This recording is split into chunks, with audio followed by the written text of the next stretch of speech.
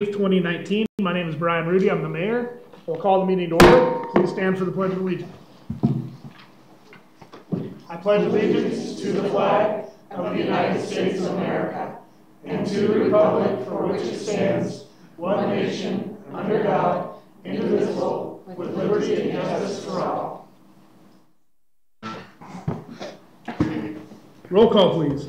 Mayor Rudy? Here. Mayor Pro Tem Clark? Here. Councilmember Finn? Here. Councilmember Johnson? Present. Councilmember Spear? Here. Councilmember Castle? Here. Councilmember Neal? Present. Thank you. Next item on the agenda is audience participation. Is there anyone in the audience who wishes to address City Council? We got two of you. Everyone wants to come first. Please step up to the podium, state your name and address, sir. Thank you. Thank you for being here.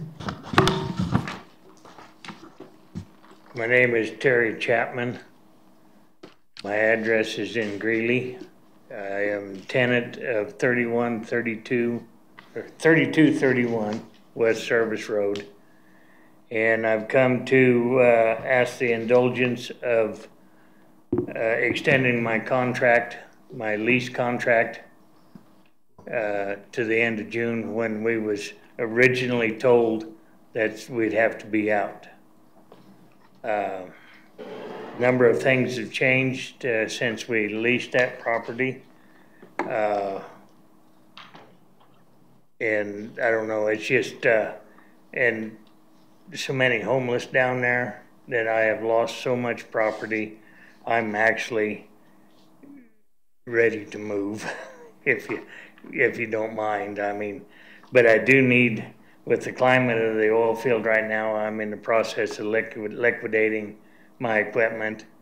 And as you know, it's not easy stuff to sell, but still, either way, sell it or move it. I would like to stay till the end of June. If that is not possible at all, would you grant me another 30 days to the end of May? My contract here is for the end of this month.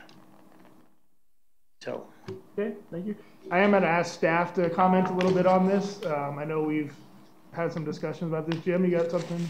Yes, I can give an update. If you have legal questions, certainly Assistant Attorney Krob is here too. But we would recommend that if council wishes to consider this further, we do have an executive session for the Evans Redevelopment Agency on your agenda, just in case you would like to have a conversation about the terms of the lease. The executive session would allow you to provide direction to your negotiators about that. But we did invite Mr. Chapman to make his statement, and we can go from there at the pleasure of the council. Great, thank you, Jim. So, Mr. Chapman, I think that is what we're going to do. We're going to have an executive session this evening. After the regular city council meeting, we'll go into our Urban Renewal Authority, Redevelopment Agency, excuse me, and we'll go into executive session to discuss this item. So either myself or I can have the city manager get back to you tomorrow after that discussion, if that works for you. Okay, like I say, just if it can't go till the end of June, grant me 30 more days on my contract. We'll definitely keep that in consideration in our meeting tonight. Okay, thank you. Thank you for your time, sir. Thank you. Is there anyone else in the audience? Step forward, please. Thank you, sir. Well, my name is Gary Lagermeta, Mr. Mayor, Town Council. I am the mayor of Kersey. I wanted to come in and introduce myself. I've been trying to get in and attend one of your meetings for quite some time, but things have been crazy, as you all well know.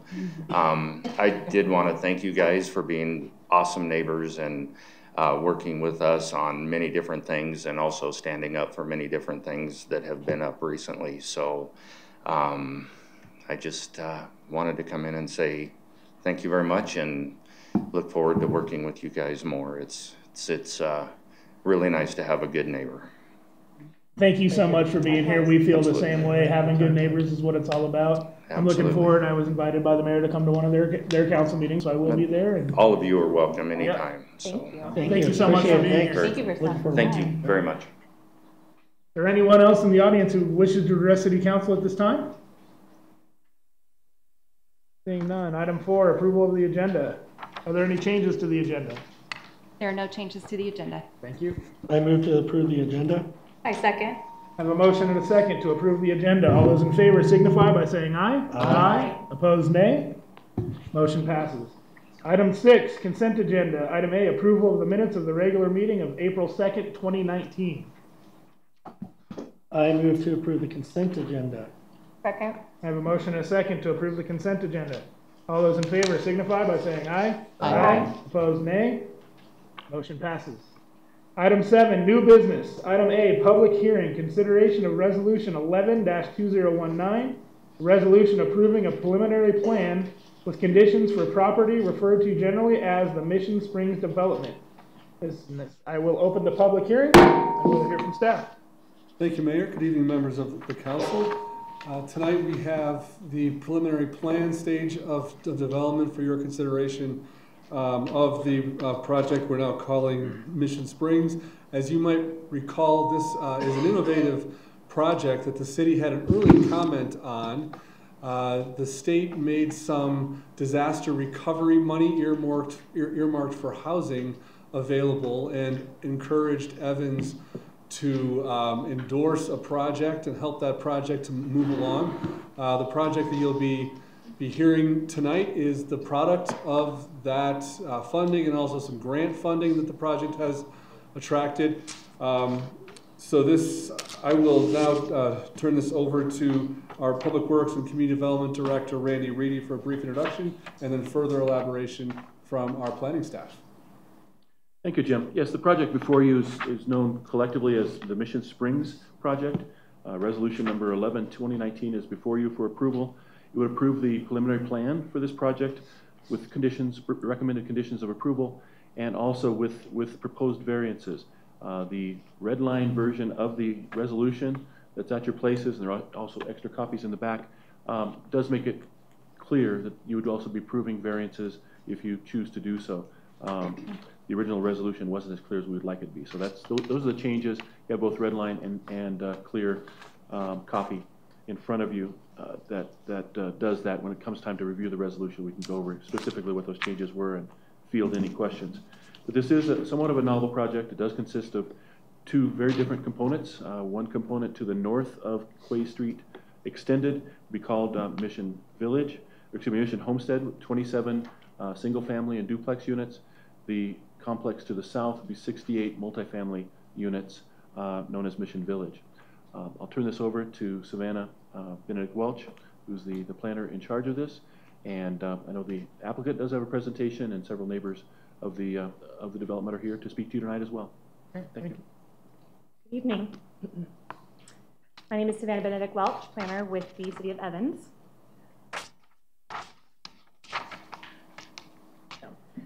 As Randy pointed out, the proposal before us this evening is the Mission Springs subdivision. The subject property is located south of 37th Street, north of Prairie View Drive, east of Quay Street, and west of the future extension of the 23rd Avenue right-of-way. So right here is 23rd Avenue. This is currently just right-of-way. There is no current roads way there. Right here is Quay Street within the Willowbrook subdivision. Here is 37th Street, and here is Prairie View Drive. And the purple shows the subject property. It is 12 acres in size. It is a vacant property, and it's zoned R3, which allows for multifamily residential. To get a sense of kind of the lay of the land, these photos show kind of what the property currently looks like from the dead end of Quay. So this is the right photo shows the dead end looking southeast. The left photo shows the dead end looking northeast. So basically just kind of a view of the current property. The request is an affordable housing project consisting of a mix of housing options ranging from single family and duplex units to multifamily residential. The subdivision consists of two developments, which includes the Mission Homestead development consisting of 27 single family and duplex lots, as well as Mission Village, which is a 68 unit multifamily apartment unit. The proposal includes an extension of the dedicated right-of-way for Quay Street and an internal roadway right-of-way for the 27 home sites in the Mission Homestead development. We will review this in subsequent slides as well. The proposal also includes improvements for half of the 23rd Avenue roadway adjacent to the development, or fee and lieu payments for the city to improve half of the road. The 23rd Avenue extension will eventually be a 4-lane extending from 37th Street to Prairie View Drive. So just as kind of an overview of the subdivision process, the first step included the sketch plan proposal, which was reviewed and approved by the Planning Commission on March 26th. The second step is the preliminary plan proposal, which we are reviewing this evening. The sketch plan is only reviewed by Planning Commission, and the preliminary plan is reviewed by both Planning Commission and City Council. Once the final plat, once the preliminary plan proposal is completed, the next step is the final plat proposal, which is reviewed by city staff and City Council. Once the final plat process is completed, we're basically through the subdivision, kind of the overall subdivision process. Then we get into kind of the site planning, technical requirements of the development, particularly the multifamily development, and then we get into the building and permitting stage. So this shows kind of an overarching exhibit of the preliminary plan. So here, this is Quay Street here. This is the Mission Homestead development to the north of Quay, and this is the Mission Village development to the south of Quay. The new right-of-way includes the Quay Street right-of-way as well as the Mission Springs Lane right-of-way for the Mission Homestead lots. This is the 23rd Avenue right-of-way, and currently the proposal is to improve half of the 23rd Avenue right-of-way adjacent to the development. As Randy mentioned, also included in the proposal are 2 variances. These include a lot size variance, which is a proposal to allow lots in the Mission Homestead to be a minimum of just under 3,300 square feet when 6,000 square feet is required, and the length of a dead-end street, which is a proposal to allow the dead-end for Mission Homestead to be, originally was 667, now they have increased it slightly to 676 feet, which is included in the staff report. The proposed dead end is a hammerhead design. Also included in the subdivision review is the review criteria. The preliminary plan review criteria is located in Section 18 of the Land Development Code, specifically Section 18.06.080D. And the review criteria for the variances is also in Chapter 18 under Section 4, which is the zoning section, 190D. We also did notifications to applicable referral agencies. We did a mineral notice per County Road Revised Statutes in March of 2019. There was a publication in the Greeley Tribune. We did surrounding property owner notices, and we also did a posting on the property with a public notice sign. I would also like to mention at this time that during the Planning Commission hearing, 2 neighbors did speak regarding concerns with increased traffic to the Willowbrook subdivision, as well as concerns with drainage in this area. So there were some discussions about traffic and drainage at that hearing, and that will certainly be a discussion this evening as well. The comprehensive plan is certainly a major part of this review. One of the criterion of the preliminary plan is to review whether the subdivision is consistent with the goals and policies of the comprehensive plan. One of those pieces of the comprehensive plan is the future land use map located here. This shows kind of an exhibit of the subject property. So the blue star here shows the Mission Village site, which is slated for residential purposes, which is certainly in alignment with what they're proposing. This also includes an exhibit of the planning area focus map, which includes the 23rd Avenue corridor extension as an important corridor for the city of Evans. One thing to note is one of the conditions of approval for the preliminary plan within your packet is the requirement that the applicant enter into an agreement with the city of Evans to improve the 23rd Avenue half right-of-way adjacent to the development, or provide fee in lieu payments for improvements to half the roadway based on the outcome of the traffic study that was provided to us. This slide shows kind of an abbreviated version of the review criteria to give you kind of a sense of what we review. So as mentioned, we do review the consistency with the Evans Comprehensive Plan. We review applicable engineering and design regulations and standards, which is really getting into the kind of the nitty-gritty of the proposal. All public notice requirements must be met, which I mentioned earlier, must be served by a public water system, as well as a sanitation system as well. In addition to the previous slide, these are also items that are part of the review. They must mitigate soil erosion, air pollution, traffic congestion. They cannot create an unreasonable burden on the school district. Also must provide adequate facilities such as water, sewage, fire, police, hospital, solid waste, disposable, and other services. The proposal cannot have an adverse impact on scenic or natural beauty of the area, and must not have an adverse effect on wildlife and other habitat in the area. Also included with the criteria is the review criteria for a variance. The first variance includes a lot size variance to allow a range of lot sizes, with the smallest at just under 3,300 square feet. Under criterion A, the applicant was asked to provide an exhibit to illustrate how the proposed lots will meet all other applicable sections of the code, including setbacks and open space, off-street parking, and such. So they did provide information to show that the health, safety, and welfare of the community will not be affected by the lot size variance. Under criterion B, it was determined that the variance is the minimum variance that will allow this project to be possible and provide attainable housing in the city of Evans. Under criterion C, while there are no physical circumstances that are unique to the parcel, the project does meet the intent of the comprehensive plan under goal 4. Under this goal, there is a policy to maintain and encourage housing that is meeting the diverse needs of residents. And within this policy is an action to continue practices to allow attainable housing in Evans. One of those actions includes allowing smaller lot sizes for these types of projects.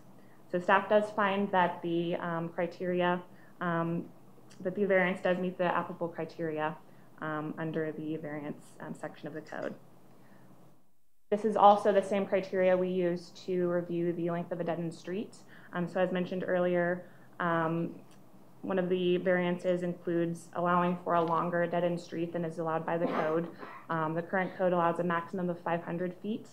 The purpose of that maximum length is typically to reduce unnecessary traffic congestion and hindrances to emergency access. The proposal includes a 676-foot dead-end street. So in reviewing this criteria, staff does find that the criteria can be met and will not jeopardize health, safety, or welfare of the community. While the 500-foot length requirement does come from the Land Development Code, a large part of this review included reviewing the analysis by the Evans Fire District relating to proper emergency access of the proposed development. One of the requirements, one of the conditions of approval that came out of that review was due to concerns with potential congestion on Mission Springs Lane, as well as access for fire vehicles. So he is requiring that on-street parking just be provided on one side of the street. So this exhibit here illustrates, it's a little bit difficult to read, but it illustrates how they can meet the parking and open space requirements. So these driveways here show that they can accommodate 2 parking on-street parking spaces. So they do meet the on-street parking, or excuse me, off-street parking requirements with the driveway. They also show adequate setback requirements, or they do meet the setback requirements with these kind of exhibits showing what the build out might look like. This is really more of kind of a concept at this stage, but it certainly does show that they can meet the open space setback and parking requirements. This exhibit also shows kind of a bit of a cleaner version of the current lot sizes proposed for the development. As mentioned, there is quite a range of lot sizes proposed with this, so that there is kind of a mix of housing types and housing sizes as well as lot sizes. So they are proposing a range from just under 3,300 square feet up to just under 9,000 square feet. So there is certainly a range there. So in closing, the Planning Commission did provide a recommendation of approval with 13 conditions required at the final plat submittal and 2 conditions required prior to submittal. The variances were also part of the motions for the Planning Commission. They did recommend approval of the lot size variance as well as the length of a dead-end street, as long as all the preliminary plan conditions are upheld. So the conditions of approval are included in your packet. The conditions are items that the applicant must address prior to the final plat submittal. The resolution for approval includes the preliminary plan and associated variances, of which you have an updated version with you this evening. If you have any questions, feel free to ask them. Thank you. At this time, would the applicant like to present their position?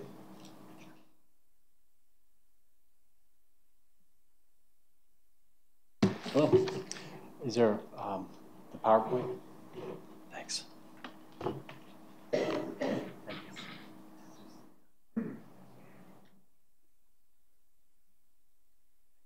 Good evening. My name is Darren Murphy. I'm with Commonwealth Development. We're one of the developers for the project, and you'll hear from the other shortly after me. So, Mr. Mayor, members of council, thanks for the opportunity to be here again. It was recognized most of you from the last time. It's good to be back, and you know, staff did a really good job covering kind of the technical aspects of our application. So we're going to run through a quick presentation. We're going to talk a little bit more about the project. Some of it might be a little bit repetitive, so we'll go quickly, and then talk about our agencies and the work that we do. So, so thanks for allowing us to do that. So tonight, this project, Mission Springs, it's really a partnership between Commonwealth Development Corporation, the company I work for, and the Greeley Well Habitat for Humanity. Same partnership that we presented back in March, but it's been a great working partnership so far, and you'll hear from Sherry here shortly. I also wanted to note that there are representatives from our engineering team here if we get into some technical questions. So. And then just as a reminder, this is a disaster recovery project stemming from the floods of 2013, as Jim mentioned. This is kind of the last of the disaster recovery funds. The state received a large package of recovery dollars to help with housing and infrastructure replacement. This is kind of the last few dollars that are left, and they've been earmarked for the city of Evans. And then again, we were selected by the city back in March of 2018, about a year ago, to proceed with this development concept. So we're grateful for that opportunity. We're grateful to be here tonight sharing the progress that we've made. We've spent the last year assembling the funding for the project. So we've been successful with that, and now we're through the working our way through the land use process. And if all goes well, we hope to break ground late summer. And again, it's $3 million that's been allocated to the city of Evans from the federal government disaster program. And that money has a really hard spend date because it dates back to 2013. It has to be spent by the end of September or it gets lost. So we're working hard to meet that deadline and put those units on the ground. So again, just to kind of cover the high levels of the site, it's a 12-acre vacant multifamily site. The two components, again, are what we're calling Mission Homestead. That's a single-family and duplex lots to the north, and then Mission Village, which is the 68 multifamily units to the south. Again, here's a preliminary site plan. The lots to the north didn't come out as clear, but hopefully you can see that, and it's similar to what was shown by staff. One change, that maybe we'll discuss this further, but we've been in discussions with some of the neighbors in Willow Brook and then staff about further extending 23rd down to Prairie View. So we're sort of taking the lead from staff now, but we're willing to extend 23rd all the way down to Prairie View to alleviate some of the traffic concerns that have been brought up by the community. So just a little bit about the partnership that we have with Habitat.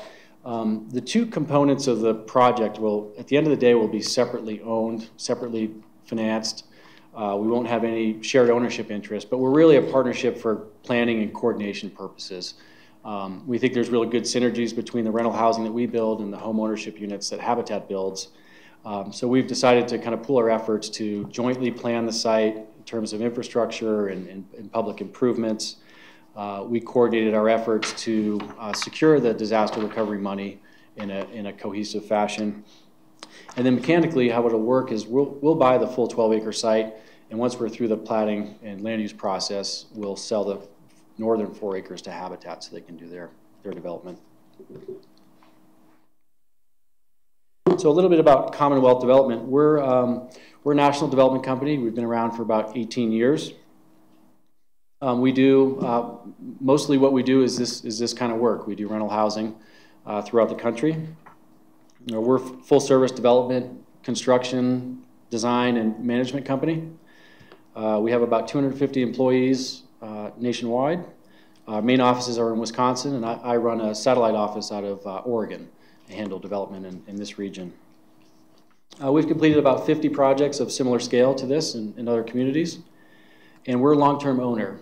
We develop with a long-term approach to quality, to maintenance and operations. We still own everything we've developed from day one, so we're in the community for a long time. We've done a fair amount of work out in Colorado. Our first project is in Greeley, just north of here. Very similar to the concept we're presenting tonight. It's what we call our townhome and cottage style development, and I've got a few slides to show you some images.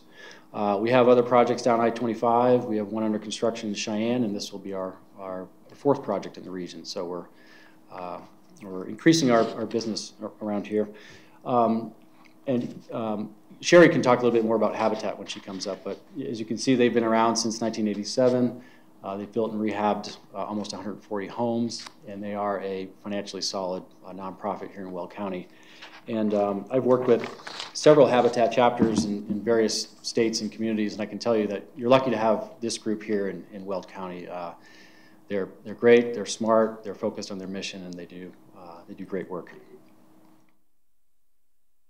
So here's a sample of some of the work that we do. We cater the project to the community that we're developing in. If it's an urban development, we do more of an urban style building like the one on the top left.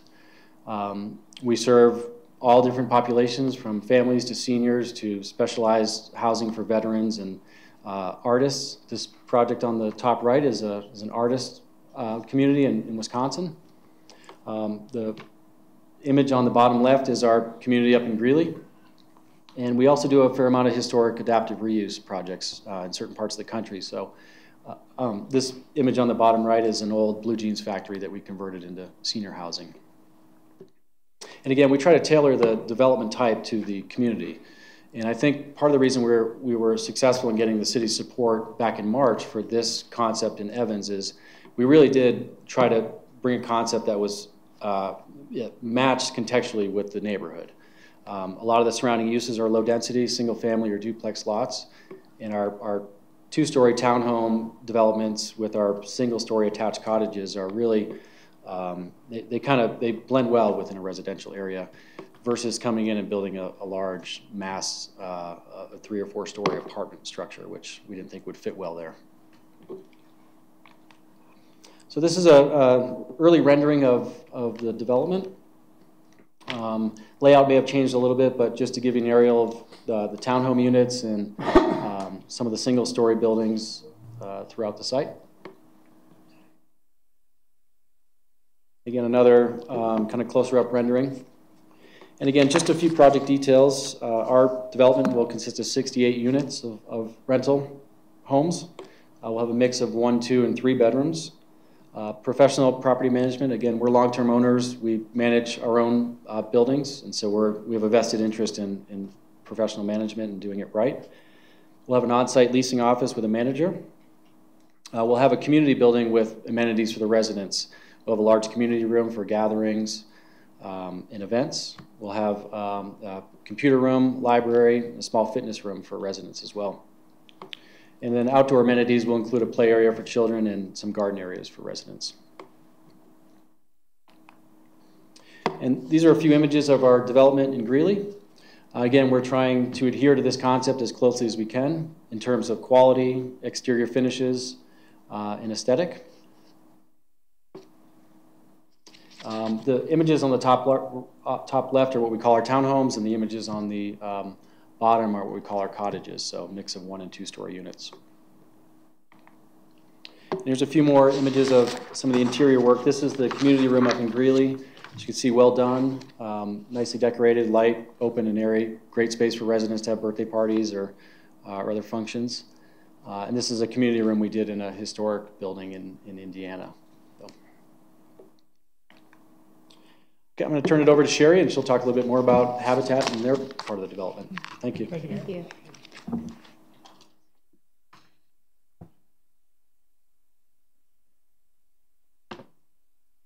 Hi, good evening. Good evening. I did bring a little folder for each of you just to update from about a year ago, so I'm going to just hand this to you. Sherry.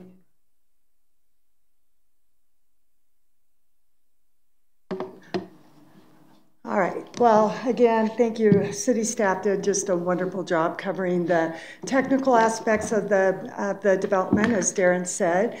So we'll focus a little bit more on the impact it will have in the community, the type of residents that will be hopefully living and occupying and spending money here in your community and paying property taxes and all that good stuff.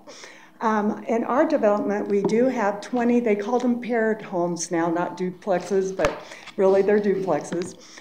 7 single-family homes. There will be a mix of 3-, 4-, and 5-bedroom homes. This community will be a little, all of our Habitat communities are HOA coveted, but in this one we are going to add professionally landscaping services to our families for both the front and the backyards. We also build a very energy efficient home. Our homes are 5-star energy rated or above.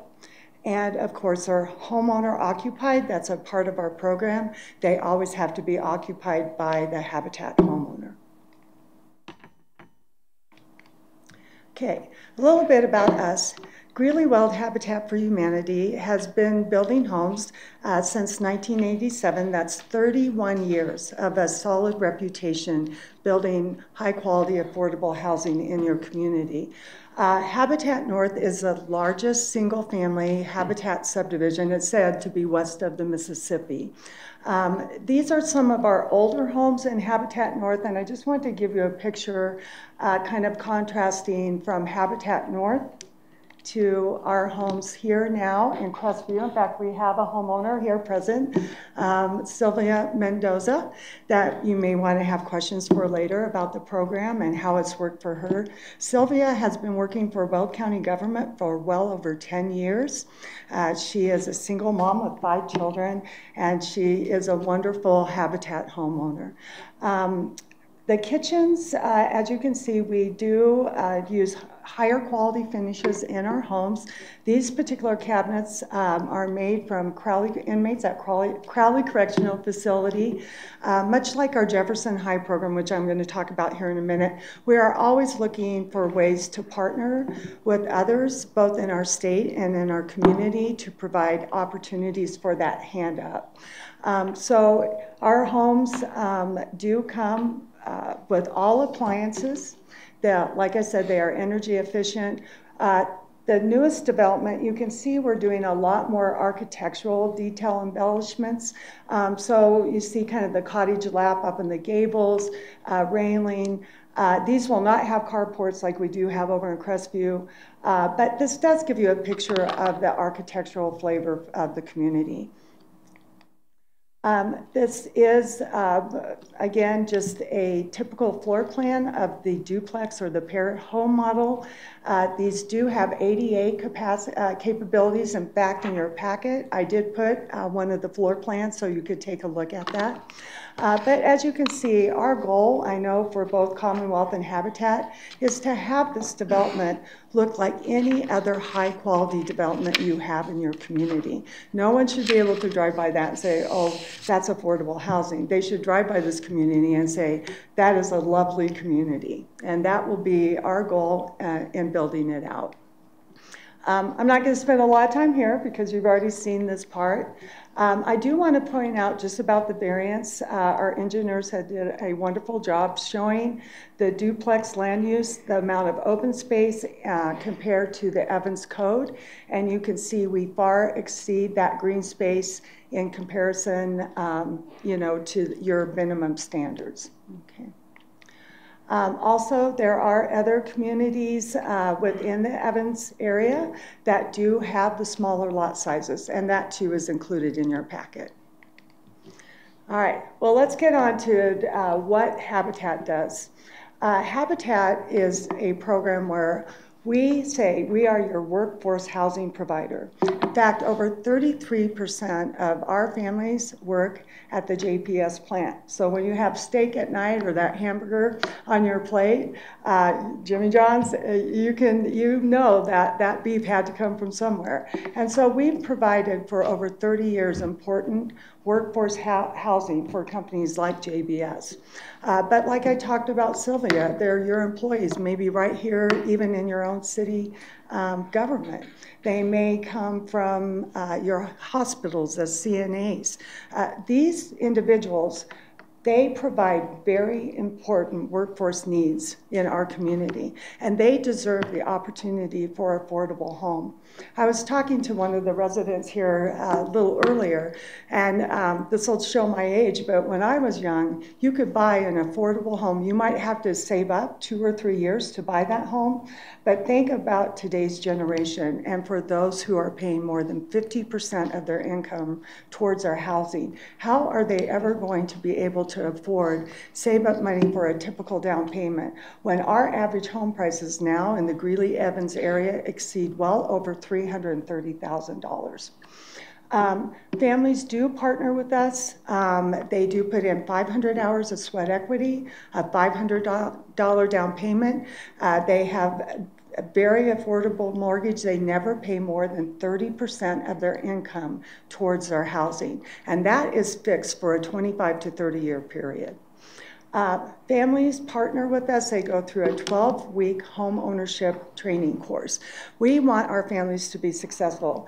Out of 138 families, wild guess of how many foreclosures, no cheating those of you that already know this answer, but how many foreclosures do you think we've had in 31 years? 1. Any banker, I tell you, I was a banker before coming into the construction business 25 years ago, and any banker would love to have that portfolio. We set up our families for success. Again, our families are hardworking families who deserve an opportunity to own their own home.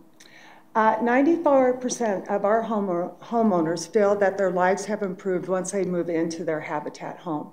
Children of homeowners are 25% more likely to graduate high school and 116 more likely to go on and graduate from college.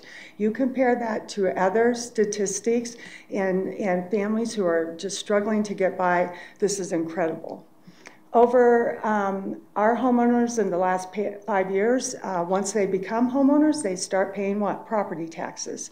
And they have paid well over $215,000 in property taxes in just the last 5 years. Also, when Greeley Weld Habitat comes into a community, we are an economic driver. We have invested over $6.2 million into the local economies in Greeley, now hopefully in Evans and in Hudson over the past 5 years. Okay. Now let's just back up. Why do we need a project like this? Why is this an important development for the Evans community? 1 in 7 Colorado households spend more than half of their income on housing. I covered that. That is what you need to make an hour. $23.93 an hour is a wage just to afford a rental of $1,245. Now, those of you who have lived in Colorado for a long time, you know to find a rental even now for $1,200, $1,300, you're not going to get much. Sylvia, before she owned her Habitat home, she was paying close to $1,400 for her children to live in not a stick-built home. That was in a manufactured home. 71% of our families with extremely low incomes are spending more than 50% of their income on rent and utilities. Let me back up. 1 in 5 children in the U.S. now live in poverty, extreme poverty. Habitat is a hand up. It allows families the dignity and respect in the process to work their way out of poverty. And I guarantee you, we have over 400 families on an interest list any given day at Habitat. And every one of these families come into us desperate to provide a better life for their children. Due to the shortage of affordable housing, many of our families are having to choose between rent over food, healthcare, and basic necessities. And 2017, Greeley's average rental price, and we know this is low. I mean, we purposely was conservative, but it is now in estimates well over $1,200 to $1,300 a month. It has more than doubled in the past 6 years. All right, so I think we've established the need. Let's talk about what Habitat brings to the table when they come into a community like Evans.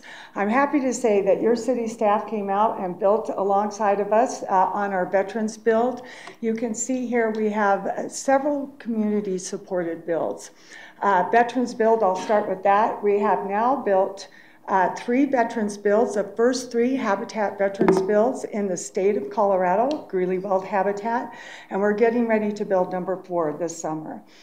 City staff came out and built alongside our local deserving veteran. He was going to try to come here tonight, but he had to work. And so, you know, it is a very intentional outreach that Greeley Weld Habitat did with our board in our strategic plan to really reach out and serve our veterans communities. And those who have served our country and have given so much, we feel they deserve an extra opportunity for a house of their own. We have developed a first of its kind across the nation workforce training readiness program with Jefferson High School students. We are now in 3.5 years of this program. It has been so successful that we recently were asked to present our Jefferson program at Habitat International to over 1,200 affiliates across the state. But I won't spend a lot of time here because I know, you got a long night ahead of you. But what this program does is it helps at-risk students with an average of 0.8 GPAs coming into school. They are at Jefferson because this is their last hope for a high school diploma. When they exit out of our program, we now have had 108 students, 360 total in the program at any given time, 2-year program. 100% of our students have graduated with dual college credit from Ames and things like CAD classes, business technical math.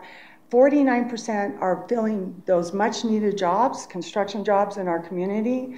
I tell you, I retired from the custom home business building after 25 years because it's difficult to find high quality skilled trades. But this program is been so successful, and 100% of those students walk out in addition with that high school diploma and those about 27 hours of college credit. These students will be building right here in your community. To date, they have helped build over 13 Habitat homes. And then quickly, I'll just talk about women. We have women builds where they're fully funded by women and built, but we do let men's on the job site if they wear pink. And then just here recently, we are on our second faith build. I have my faith and development director here. We have gone from a couple of years ago, 2.5, 3 years ago, to about 3 or 4 churches working with Habitat to fund and build homes, to fast forward to today, over 24, I hear 25 as of today, churches coming together and helping to build and fund Habitat homes. And finally, Americorps is much like the Peace Corps, but here in America.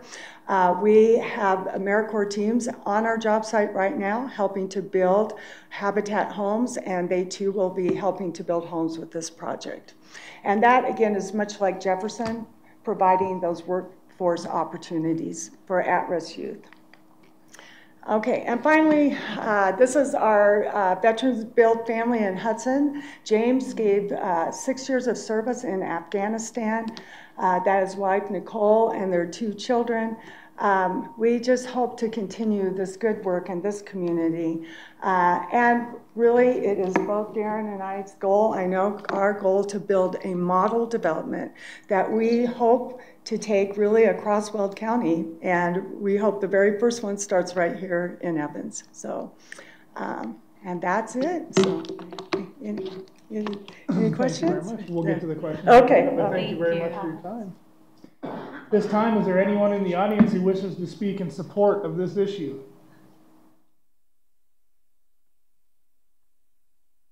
Thank you, ma'am. Please step up to the podium.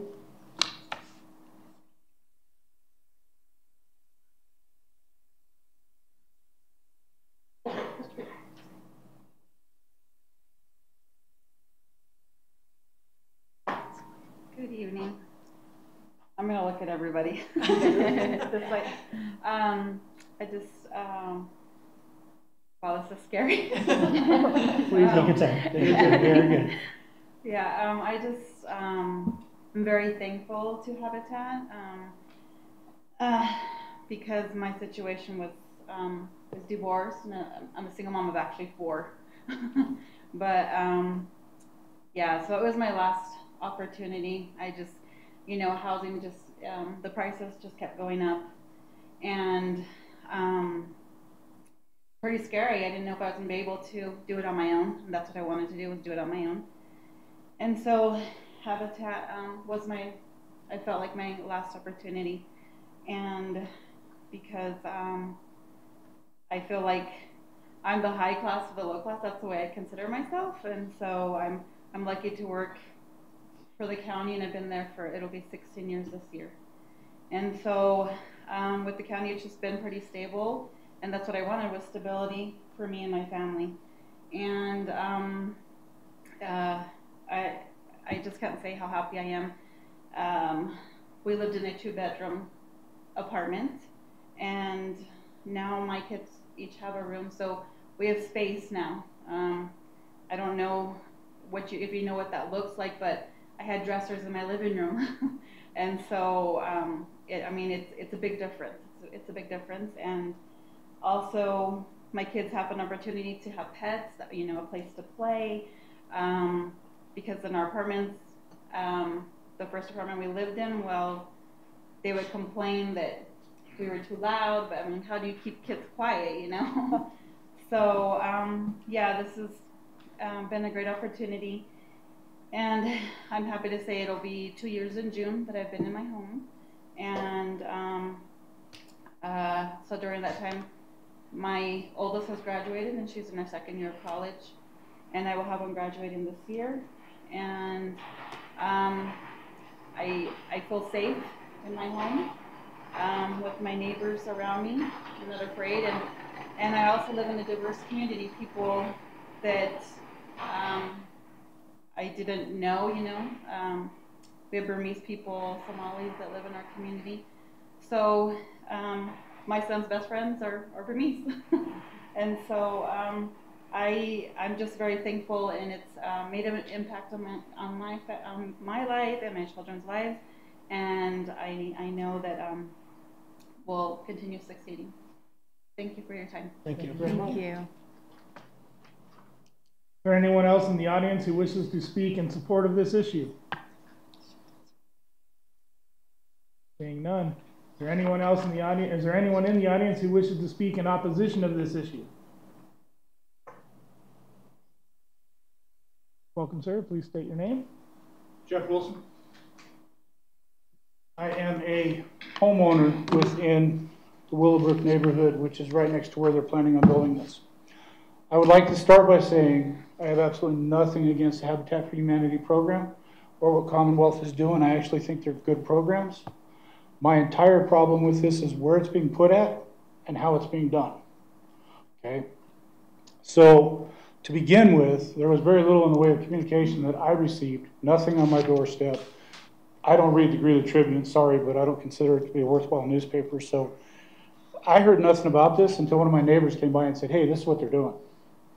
At which point in time I started to get a little bit more interest in what was going on, started searching for some information, went to a meeting with Darren from Commonwealth that he was nice enough to host over at their facility in Greeley to get a look at what was going on and see what's going on.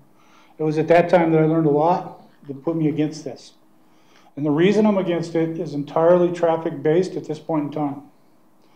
My understanding is that they want to build 23rd Avenue, and this is after our meeting with them, going south to 42nd Street. By the traffic surveys that were done, 70% of the traffic from these two little developments are going to go north. That's, I believe, the city's work, not mine. So we're talking 95 new residences. How many cars is that? The traffic survey counted several hundred trips per day coming in and out of that little neighborhood. And until 23rd Avenue is completed, the majority of that traffic will come out on Quay Street and either turn north at 24th Avenue or go a block over and turn north at Harbor Lane. I live on Quay. I have for 15 years. It's a nice little neighborhood street. The city people, which we met with last night, they were kind enough, the city manager, and I don't remember the other dude's title, but anyway, they met with us and they were nice enough to explain that our intersections are A-rated intersections. And they told me that by city code, streets in Evans are 34 feet across, 34, 35 feet across. I live on that street for 15 years. There's parking on both sides. Without it, we wouldn't even be able to have friends or family stop by our houses. So the parking on both sides is required, it's necessary. But along with that, if you have two cars coming at each other and opposing, usually one has to move to the side to allow the other to come over before we can go through. How is that a large enough street to accommodate not just our neighborhood's traffic, but the traffic from an additional 95 residences that you're proposing to build right off of the end of my street, a block and a half away? It's not going to work. It's not going to happen. We take a look at Harbor Lane, the street that basically is your feeder street you're counting on as a collector to move not just our neighborhood, but all of the people from these two new developments up onto 37th Street and out into the rest of Evans and Greeley. It's a stop sign. It's just a hair over a block away from 23rd Avenue. There are days that if you go there, if you make the mistake of going up Harbor Lane to 37th Street at the wrong time of day, you can sit at that stoplight for several minutes waiting for an opportunity to get off.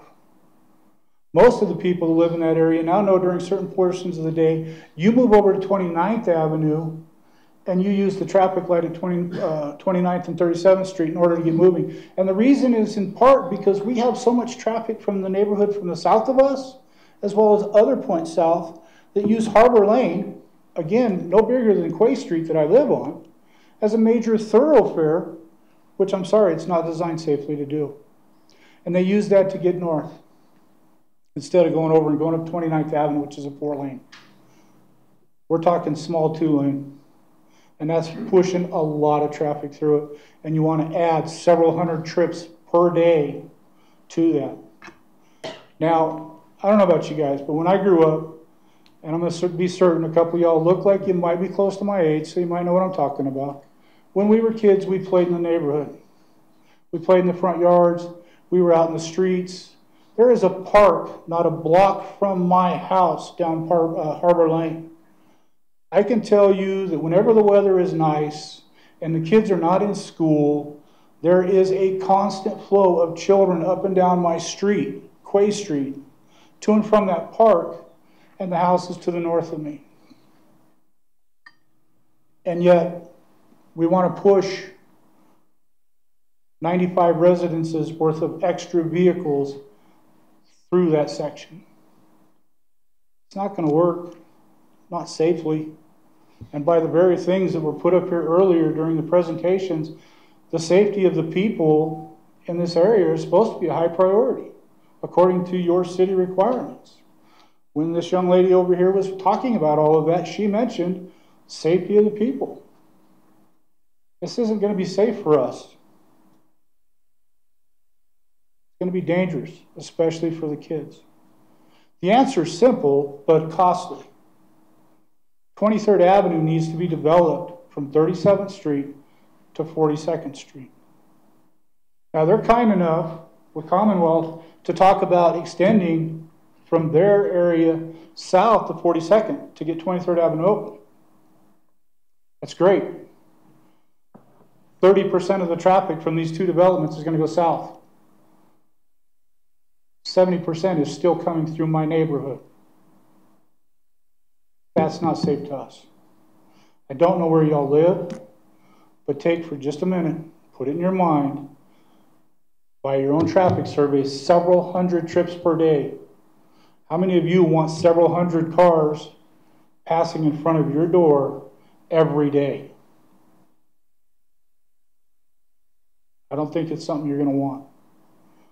This is high density housing, and high density housing should not open into a neighborhood. It should open onto major thoroughfares. 23rd Avenue, 37th Street, 42nd Street. These are the types of streets that this type of traffic needs to come out on. Not onto small, almost barely meeting the requirements of 2-lane residential streets. All I gotta say. Great, thank you very much. Thank you for letting me speak. Thank you. Is there someone else in the audience that wishes to speak in opposition? Please step up to the podium, state your name. My name is Art Salazar. I'm a property owner in the Willowbrook Subdivision. Thank you for taking the time to listen to our concerns. And I echo everything the gentleman before me said. That is certainly our concern. We do support Habitat for Humanity and creating affordable housing for families. That has to happen in this day and age. We know it's a necessity. However, some of the concerns we do have revolve around communication. I heard Sherry, I'm sorry. I heard Sherry mention earlier she handed out you updated packages that she had sent to you a year ago. We do, at least as property owners, like to have had some type of notice, even putting up a billboard, you know, on the corner saying, hey, this is coming, giving this a head up. So maybe we could have attended some of these earlier meetings and known what was coming down the road. Is there any possible chance you can bring up the aerial slide showing 24th Avenue and Harbor Lane by any chance? I think it's the first slide on your presentation, because I think if you look at that, you will definitely see that there's going to be some traffic problems if you don't extend 23rd all the way through, from 37th all the way to, I don't know, Prairie or whatever it is. We did mention that traffic comes in from the southern neighborhoods going through Harbor Lane. That's very true. So you have traffic going next to the parkway there. So Prairie View is down on the south. Harbor Lane has turned into this thoroughfare. You even have traffic coming in off of Highway 85, taking that shortcut to go to Walmart and Sam's Club. Some of you may have taken that shortcut yourselves. So the traffic is extremely bad there to begin with. Now you come to the end of Harbor Lane, there's a stop sign there. One time there's a turn lane, but it's not there anymore. So if you get a car that's turning left, forget it. You're going to be sitting there for several minutes. And if you're 3 cars deep and 2 of those cars are turning left, you're going to be there for 5 seconds in the morning. Now, their own traffic surveys say that 85% of the traffic travels through those intersections in 1 hour time frames. In the morning, there's a 1 hour window, and in the evenings, there's a 1 hour window. 85% of that traffic. You're talking about 95 homes. So let's say, in this day and age, most people have 2 automobiles. So you're talking about 190 vehicles. 85% of those, about 160 cars, are going to be dumping out into those intersections and those roadways within that 1 hour window at 85% traffic flow. That's according to their own. Now, we had some arguments on that. Oh, people work at night. That's it's stated inside their own traffic. So our concerns are, of course, communication, traffic flow. To extend this going south is going to do nothing. I mean, everybody's going to still go north. Most of the jobs are going to be in Greeley. I even mentioned that the lion's share of the jobs are JVS. Now, those people are going to go north because that's the flow out of the subdivision.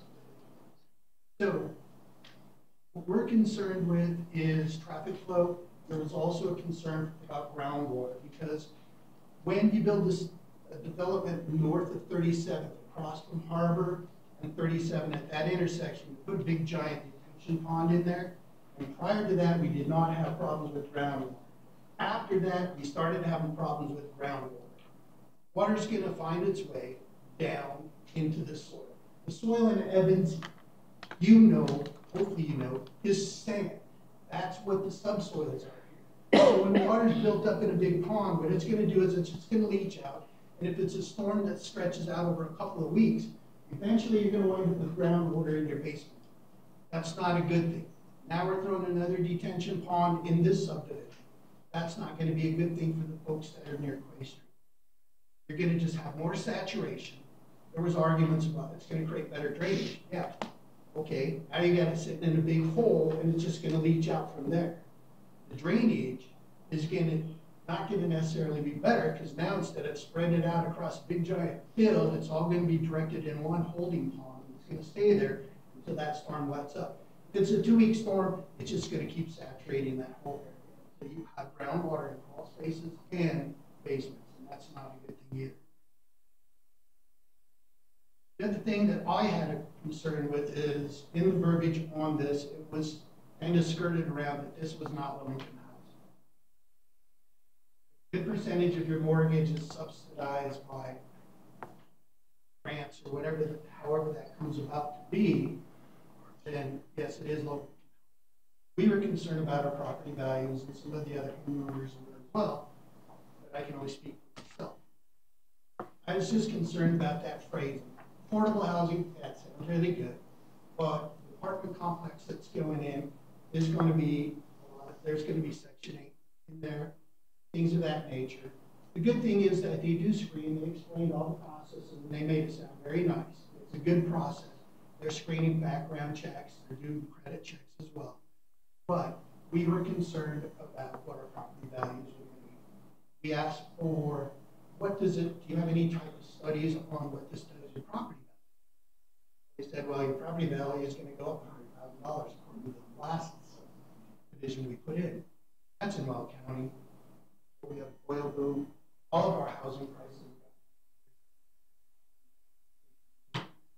But moving forward, that is not historically, these neighborhoods have not historically been brought down into a newer subdivision, such as the subdivision. Those are some of the concerns that I have. Reference my notes. I see the lion's share of that traffic hooking a quick right through 24th Avenue. If you look at coming out on Quay Street, first right there is 24th Avenue.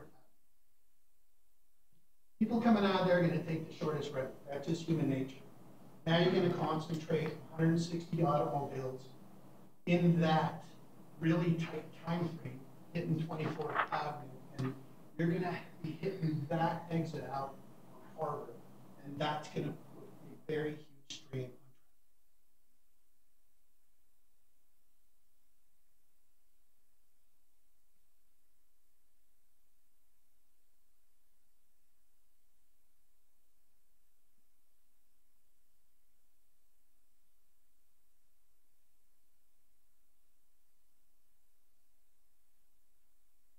That's not in my notes. Moving forward, if there's any projects like this, I think lessons learned from all of us would be communication. Taking a good look at those surveys.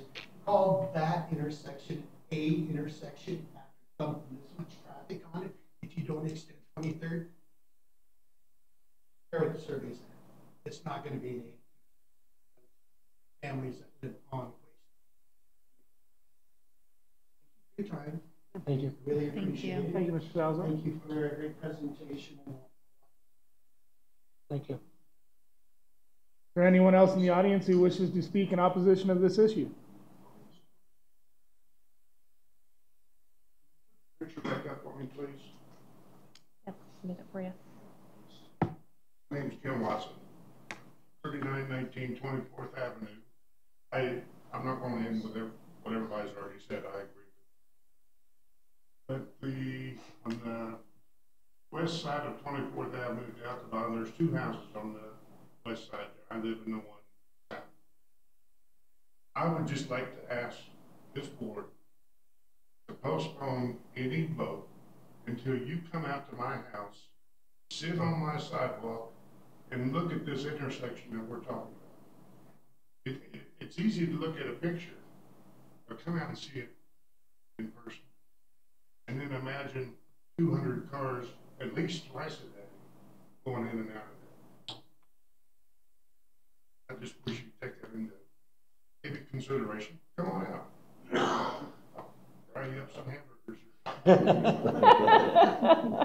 Thank you, Mr. Watson.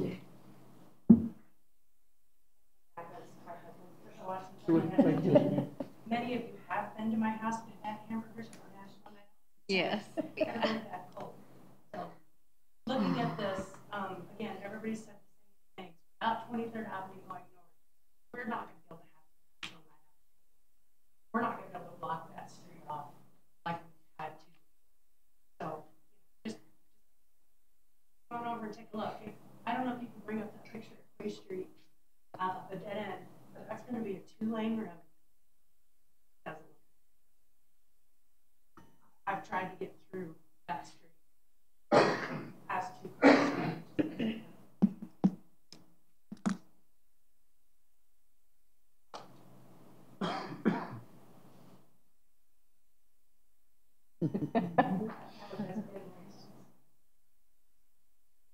anyway, I don't know if you saw it. It is not made.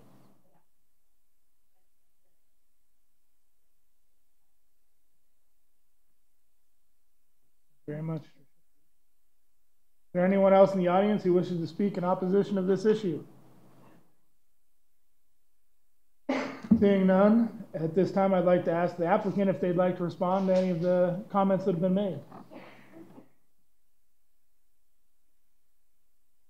Thank you. Jared Murphy again with Commonwealth. I'll respond to a couple of the comments. Traffic. I'm not a traffic engineer, I'm a traffic study commission. Staff the challenge for us is that discussion is that the trips keep growing. Numbers are in the study, so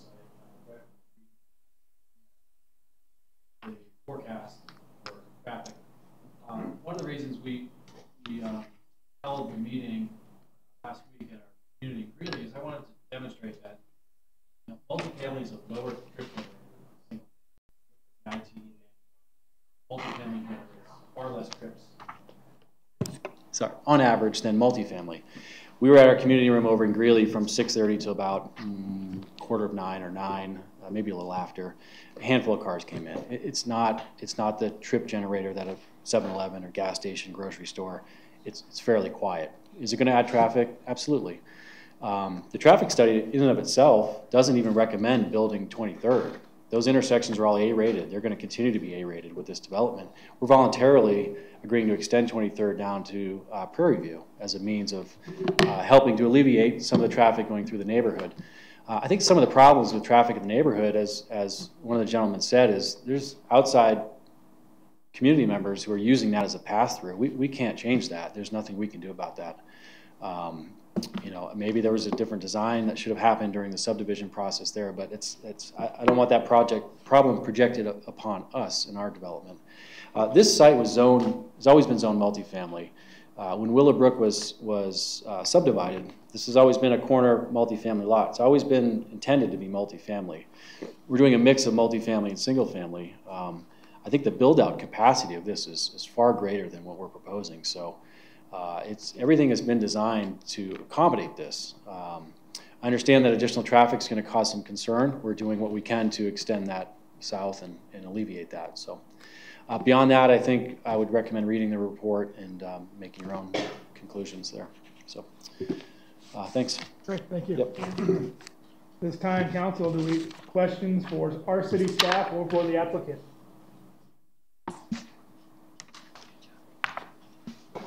I have a question for the applicant. Bringing up some of the concerns that the residents that are against this project have. I know it's always been kind of my long-term plan to see 23rd built out all the way to 37th Street and all the way to 42nd Street because it would be great for mitigating traffic. What would it cost, and would there be any plans of possibly, instead of building it out a little bit, maybe building it all the way through? What kind of cost and significant impact would that have on the project if you were to take that on? That's a good question. I think that's everybody's eventual goal, is to see that built out. We're struggling just to afford the piece from 23rd down. You know, we have pretty tight budgets. You know, construction costs are rising.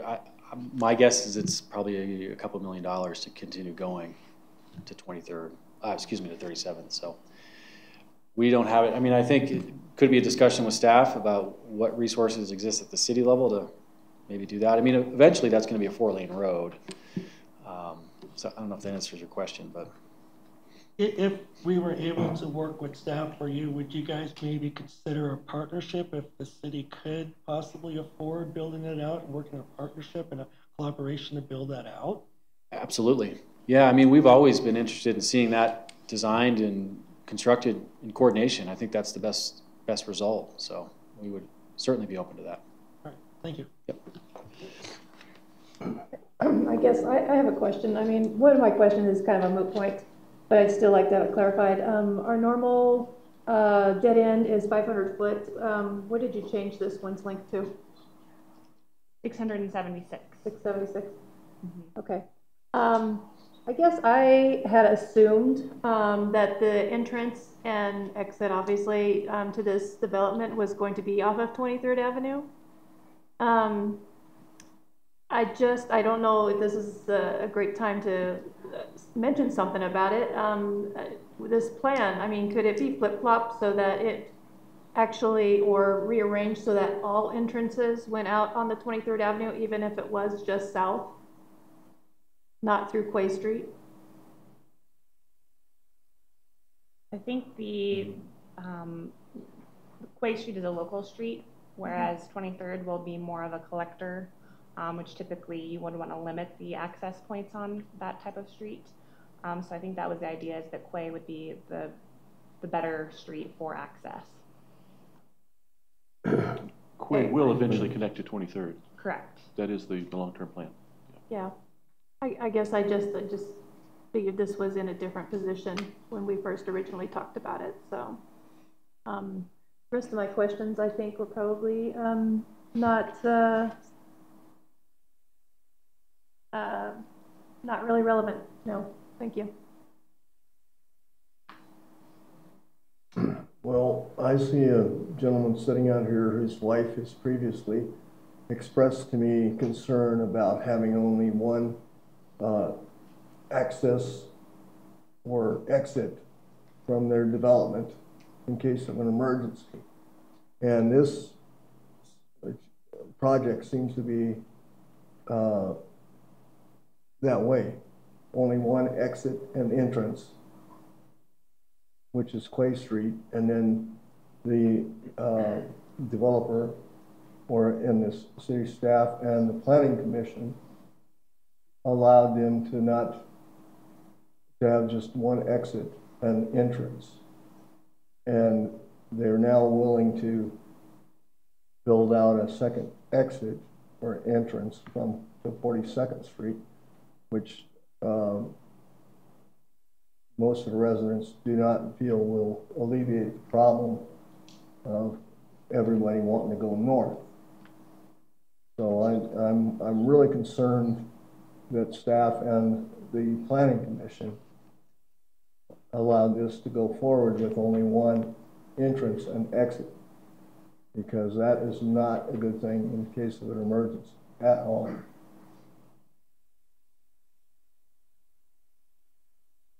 I think, I mean, I've got quite a few questions. So I'm kind of going through multiple things in my head. So just thinking of my neighborhood and the picture the first gentleman painted of driving, if you've ever driven through Tuscany, it's exactly the same, where cars park on both sides of the street and you always have to pull over. It is not a 2-lane road by any stretch. I can never get home by just going. At one point in time, sometime driving into the neighborhood, I pull over, somebody goes, and we're good. So there's this sense of frustration when there's an influx of traffic. Let's say if there's an accident on 37th, that traffic reroutes through Tuscany and people don't really kind of understand the rules of the road, it creates problems. We too have a park right in the neighborhood and kids are constantly walking to the park. So all of those things going on, I completely see what they're saying, and I definitely understand that. We do have a big multifamily development in Tuscany, or structure in Tuscany with one entrance. I will tell you it's not super congested, but it also sits off of a kind of entryway thoroughfare. So you've got this massive entryway into the neighborhood, and that just happens to be kind of a place off of it. There's not homes right there or anything else. And even then, that main road is a lot wider. So I think that really would be my primary concern, is considering that really a 2-lane road, or subjecting it to traffic on one side. I think first of all may be difficult to monitor, but second of all, really puts the residents in that neighborhood at a disadvantage. I would be concerned if I had children. I do have children. If I lived there, it would be a big concern of mine. And so from a safety standpoint, I do see the concerns of the residents. I think this development is phenomenal, and I totally support everything that's going on here. If we could figure out how to make 23rd happen in whatever way, shape, or form that is, I think that's our answer. One question I do have for city staff is, when this development originally occurred and we had this multifamily plat that we currently have, did that take into account having 23rd finished? Or was it Quay Street was your answer? I mean, because that seems, it does seem like a lot of traffic through one street. So, Jim, you got an answer to that? Thank you, Mayor. Just a couple responses to traffic. I think there's agreement. I'm hearing agreement that 23rd Avenue needs to be prioritized.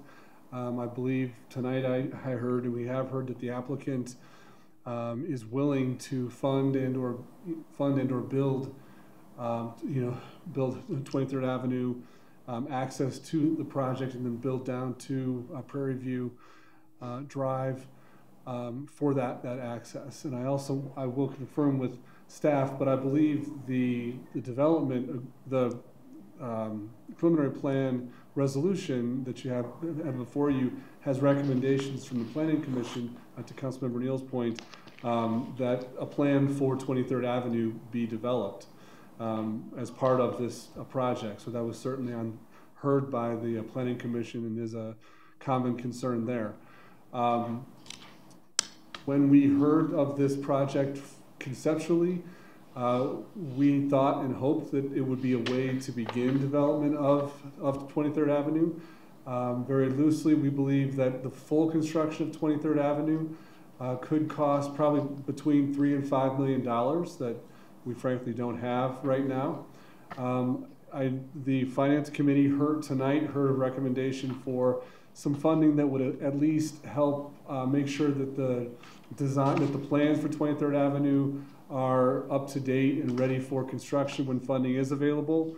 And I know, staff, we've been talking about finding alternatives. What would it cost if we built, 2 lanes of 23rd Avenue instead of the full construction in the interim period until we could build it out for 4 lanes. And so we're doing some of that analysis also about and how we could move that forward. So to Councilmember Castle's question, it was not anticipated that the 23rd Avenue would be built out. Quay Street has been contemplated as access to the project, certainly since I've heard about it, with the hope that we could find a solution for 23rd Avenue in conjunction with the project, at least to the south, partial building to alleviate some of that pressure, but then it might help the city to move toward a plan for 23rd Avenue complete construction. I would just like to comment on that as well. I think if this development does get approved and it does go forward, we definitely need to prioritize that. We put 23rd Avenue up at the top of the list and build that out. I think regardless of any action that's taken, I mean, as growth and development is going to happen, you're going to have traffic issues no matter what. I mean, that's just inevitable. You can't help it. And I agree with everything that they brought up about their safety concerns and all that stuff, but I think we should reprioritize that as well. I mean, as we grow, traffic's going to go. I live in the same type of neighborhood. It's hard to get 2 cars up and down the street. If you're trying to get out, one has to move over. It's definitely a pain in the butt, but we need to prioritize that. At this time, guys, it's do we have any other questions for the applicant or the staff? We do have council discussion coming up next. I do. You said you thought you'd start late summer, and how long do you think it's going to take to be full build out?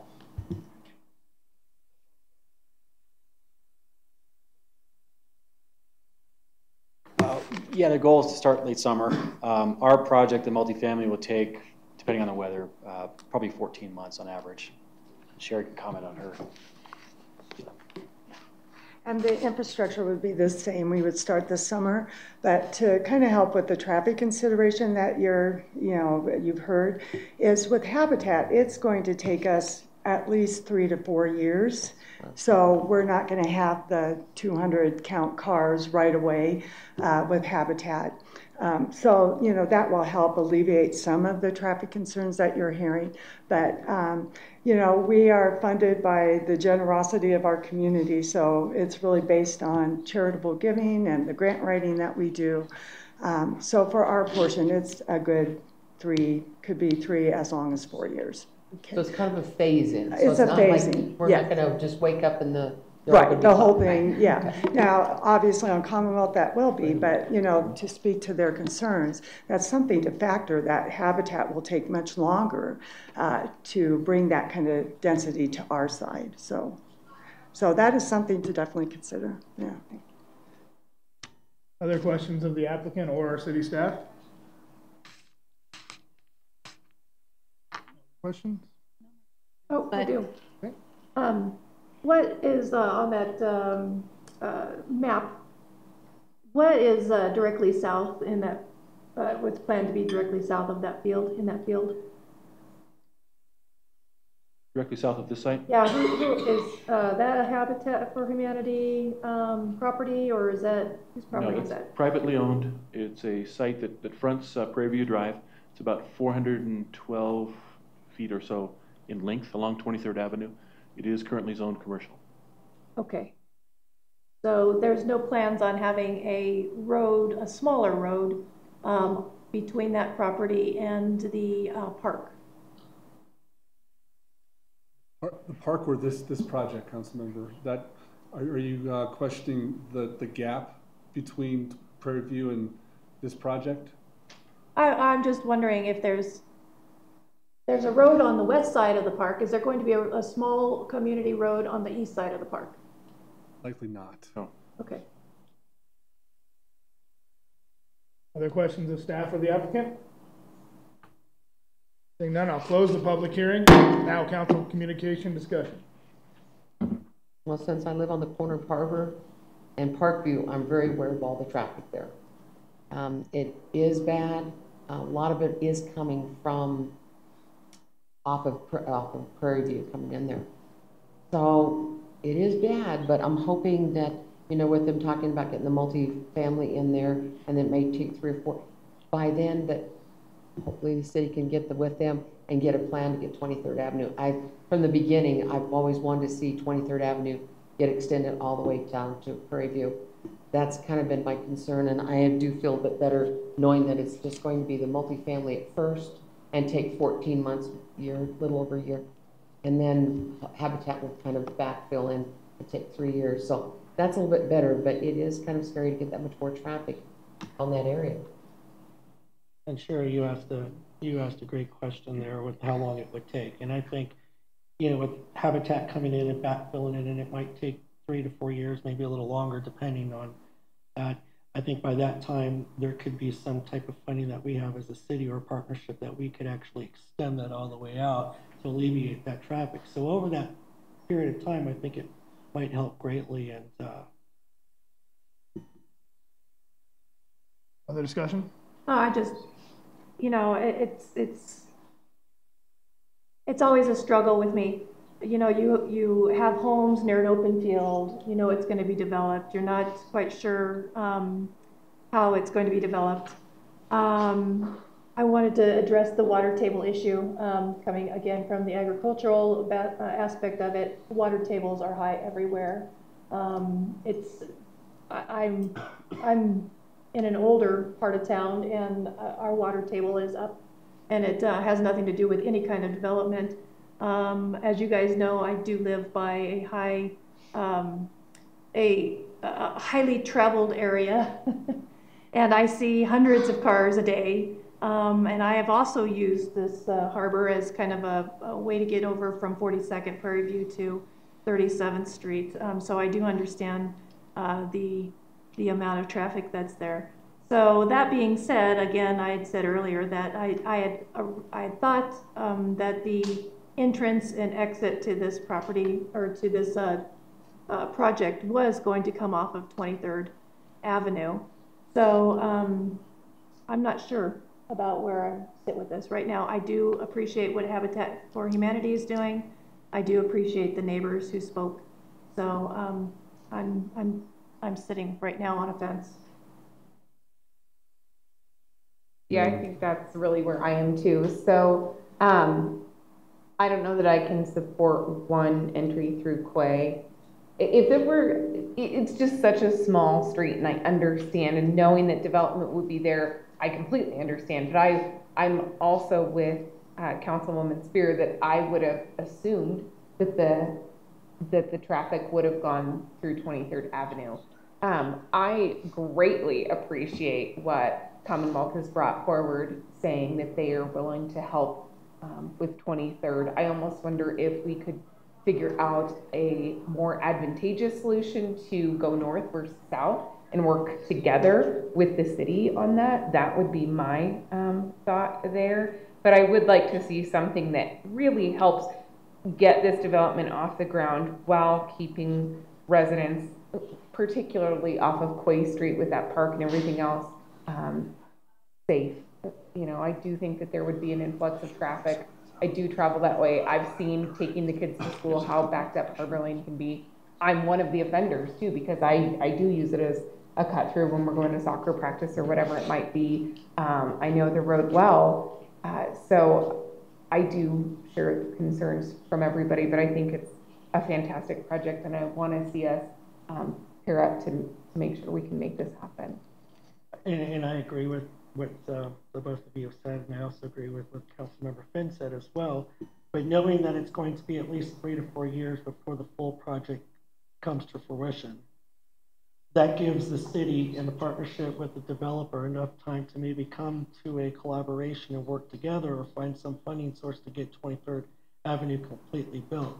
I would hate to see a project like this go away, when I think this is a great opportunity to allow affordable housing to come into Evans and to afford home ownerships to those that normally can't and would not be able to afford home ownership and then this project goes someplace else. And that project of 23rd Avenue never gets developed and no other development may come in there. I think this is an opportunity to seize on that, knowing that the concerns is, and maybe put that to the forefront to get that project done.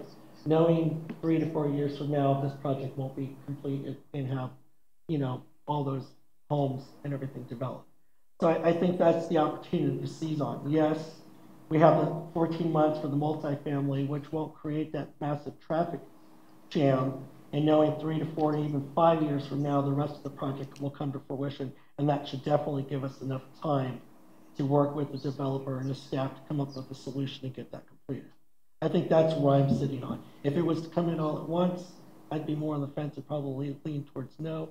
But knowing that it's going to be another 3 to 4 or 5 years before it comes fully done, this might be the opportunity for us to actually get that project done. Well, I think to that standpoint, you know, when I was growing up, my dad was actually the director of Habitat for Humanity, so it holds a very dear place in my heart. He worked there, and I remember spending so many hours there, and to this day, I still go volunteer my time. It's a very amazing organization. I don't think I'm on the fence. I think I'm a yes, but.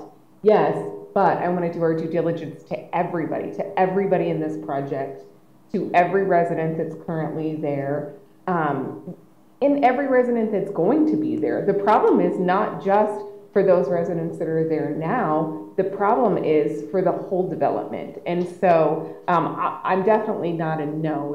It's a yes, but here's what I would like to see. So you know, I believe as a city, we pride ourselves on safety. So I see the concern of the residents in Willowbrook. I see their perspective, and I understand, you know, and having young children, safety is a huge deal. And I want to maintain that. As you know, as a city, we definitely take pride in safety. I love the fact that also as a whole city, we have to look at it as, and it's the entire city, not just an area, but the entire city of Evans.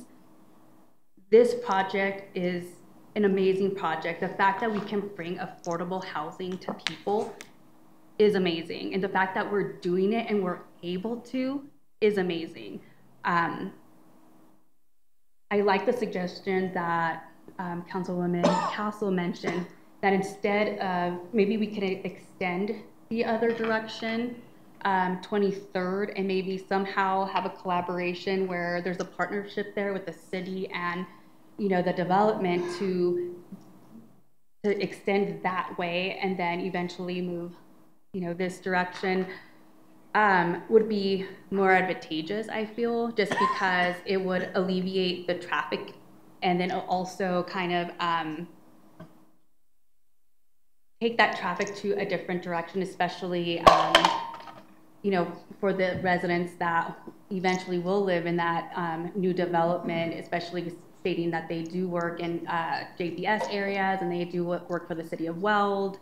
It would just help them head that direction. But I also live in an area where there is also, you know, apartments, you know, and so and there are a lot of apartments, and that area is actually even going to develop more, and it's actually behind, you know, Sam's Club. Honestly, anyone would think, oh, there's a lot of traffic coming out of there. I mean, I hardly see any traffic. My house sits, you know, on 29th, and people they cut across, they take, you know, that 32nd, and then go around, you know, up to anywhere, you know, to 29th, all the way to Prairie View. It's, you know, and it's a main thoroughfare.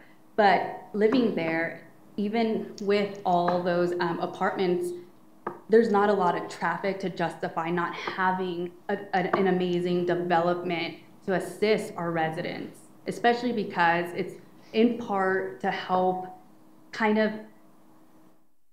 and well, it's just to close a chapter of the 2013 flood and to help alleviate the people that were impacted. And so with that said, I am for it, but I also understand, you know, the safety concerns, and I hope that, you know, there can be a collaboration where we can find a common ground and also a compromise to help with the safety concerns.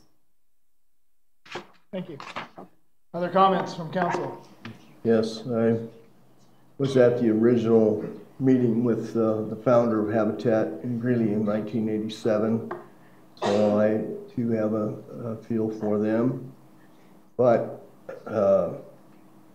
this project with just one entrance, that's I can't go the yes but route. We've past city councils have done that too often, and we wound up with the mess called Tuscany, which we're still trying to deal with after 15 years. I do not want to sit on the council that approves a project with a yes but, and it doesn't come to fruition, and it creates more problems for both the developer, the people that buy there, and the current residents to put up with. Ed Alfred. Thank you, Fred. Any other comments? I don't know if it's a possibility. All I know is that from coming off of Parkview, going on to Harbor Lane, people drive very fast through there. I've been many times afraid they're going to come up into my yard. I'm thinking, is there a possibility that they might be able to do a raised crosswalk to encourage people to maybe quit going down Harbor Lane and maybe push them towards 29th Avenue. I don't know if that might be some traffic calming option or not, but I'm thinking maybe if they can't turn right as quickly as possible, if they could do maybe like a little slight raised crosswalk, might encourage them to go down 29th Avenue or to the light, which I tend to use a lot because I want to turn left. I wonder how much traffic is there right now because of construction too. I'm sure on Harbor with the construction on 35th, I know that's what I'm using as Harbor Lane as my pass through to get. I think a lot of the traffic through there is actually from the Ridge, people coming off the 85 wanting to get to 23rd Avenue. That's what I've noticed. I mean, that's the way I see the traffic flow, but possibly that might be an option. I don't know if it would affect any water flow because there is some nice storm drainages there, but if that would help, maybe the people in that area might be helping. I just really think people need to be going to 29th Avenue as opposed to just quickly going up Harbor Lane, turning onto 37th. Any other discussion? I think this is a fantastic project. I'm excited to see it, but along with the rest of the council, I'm worried about the traffic. The one thing that has put my mind not at ease, but a little bit back is when Habitat said, you know, this is going to take 4 or 5 years. I think that puts a burden on this council, myself and the rest of us. We need to find a way to get this done. I can speak right now. We don't have the money to finish 23rd Avenue. We can all sit up here and talk, you know, we can get this deal done in a collaboration. We don't have it. Right. So it's going to fall on us to find a way to get it done in the next, sooner rather than later. I'm not sure whether we can get it done before Habitat's done, but we need to work on that. It needs to become one of this council's priorities. That street does need to be done. It's needed to be done for a long time. Only fair to these residents that are living in that neighborhood to work on that for them. We're gonna have to find a funding source somehow, some way. We've got some other options out there. We've tried in the past. We'll try again. I am in favor of this project. I do realize the traffic issues that are gonna be there. I don't think there are going to be some traffic issues. I just don't think they're going to be as bad for the first year or two as those that count said. I think Habitat coming in a little bit slower and slower will ease that burden, and then it relies on us to get something done. So I am in favor of this. Does that timetable include the commercial development? You're talking about the commercial development down below this development? No, the other contractor that's building the multifamily that's going to. So you're asking, is he going to continue to head south? Yeah, I would hope so. That was kind of the deal I think they've struck. Well, no, I mean, is the timetable, the 3 to 5 year timetable, the same for Habitat and? No, he said he'd be done faster than Habitat. 14 months. Yeah, 14 months. 14 months, Habitat, 3 to 5 years. Yep. Other questions or comments? No. Not, I'd entertain a motion. Oh, excuse me, Jim, go ahead, yes. Could I please, just to kind of recap where we are, this is the council's first step with this project. You will, if it's approved tonight, it will advance to final plat where more details can be worked out. We do know that the applicants are on a very tight timeline to use the disaster recovery money. And frankly, a lot of that, I believe, and you can correct me if I'm misspeaking, will be used for infrastructure and will help us to get 23rd Avenue constructed. One approach, or one way that we typically approach the yes but concerns, if the council is in favor or the planning commission is in favor of a project but has some concerns, is through conditions of approval. And as you know, this project was recommended for council's approval, but with 13 conditions of approval, actually 15 when you add 2 more in the resolution tonight. One of those does speak to the applicants need to enter into an agreement with the city to improve 23rd Avenue right-of-way. There are limits to what the city can require, but I think as I read this condition of approval, it does require that the applicant do as much as it can, and staff will enforce that, proportionate to its project to fund and or build 23rd Avenue. As the mayor stated, I think the rest of the expectation for 23rd Avenue does lie with the council and the staff, pending your direction to prioritize a project. We can work on that and bring back solutions for the rest of 23rd Avenue, over the next period of time. So that would be staff's recommendation, is that the applicant does work with staff to provide also an additional, and I will read this for the record, if council's interested, another condition of approval before the final plat, so that's when you would see this, that the applicant would work with staff to provide additional traffic impact study analyzing the construction and use of 2 lanes of 23rd Avenue from Quay Street to Prairie View Drive, along with phase funding and constructing for 2 lanes of 23rd Avenue between Quay Street and 37th Street. And a good portion of that would be on staff.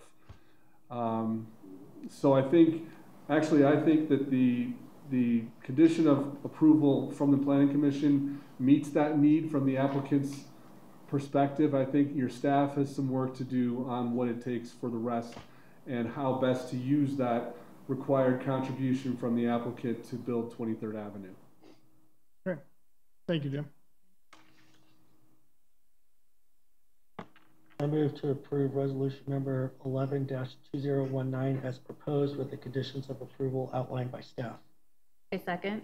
I have a motion and a second to approve resolution number 11-2019 as proposed with the conditions of approval dictated by staff. All those in favor signify by saying aye. Aye. Opposed, nay. Nay. Roll call vote, please. Yay. Mayor Pro Tem Clark? Yay. Councilmember Finn? Yay. Councilmember Johnson? Yay. Councilmember Spear? Yay. Councilmember Castle? Yay. Councilmember Neal? Nay. Thank you. Motion passes. Thank you, everyone, for being here this evening. Next item on the agenda is public hearing consideration of ordinance number 695-19, an ordinance adopting the 2018 edition of the International Fire Code as the City of Evans Fire Code. I will open the public hearing and hear from staff. Thank you, Mayor. The fire code is one component of the building code, and the city is currently operating under the 2011 building code, and a fire code that's not unusual. Cities often operate on the building code from a prior period. However, 2011 is a number of years ago, and the 2018 building code is the state of the art and is current, and this item would is the product of much work from our fire protection district and the fire department, as well as our building inspection team, requests that the council consider and adopt the 2018 edition of the International Fire Code as the City of Evans Fire Code. Just for council information, the rest of the building code will be coming to you over the next few months for also consideration for adoption. But the fire code portion is ready now, and we ask your consideration of this ordinance. Thank you. Applicant here to present their position. Hello, sir. Hello, Lance. Lance Holman, Administrative Captain, Evans Fire Protection District. I gather you probably know that already, but I just thought I'd put it in there. So I'm the substitute for the fire chief this evening, and he was on his way back from Kansas after a teaching engagement that he had out there. So, and like the city manager said, is we're looking at adopting the 2018 edition of the International Fire Code, and currently we're using the 2012 version. So we're 2 versions behind, basically. So that's where this is going. And then with Safe Built looking to adopt the 18 codes, then it'll keep everything aligned. And if you have, for example, if Safe Built was using the 2018 International Building Code and we were using the 2012 International Fire Code, then there can be some conflicts if you're that far apart. So that's where we're headed with that. So there's just a couple of quick areas where the chief just kind of mentioned it briefly, and one you've probably seen before was the local amendments that have been done in the past, and Chief Prestera is trying to keep those to a minimum as far as to avoid confusion with different codes and other local amendments that might have been done. So, but the one that we did want to keep in there was the offensive odors part with open burning, because we have used that in the past to get even in permissible open burning outdoor fireplace type stuff.